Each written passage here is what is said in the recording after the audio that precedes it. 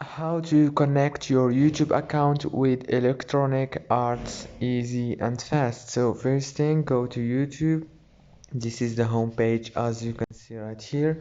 Now go to the top corner and click on your profile picture like this, and go down, choose settings and search for connected apps, and here is it. Now click on it, and right here you will find electronic arts. Just click on it like this and choose connect right here. Please, if this video was helpful for you, don't forget to like and subscribe, and thank you so much for watching until the end. See you later, and thank you so much.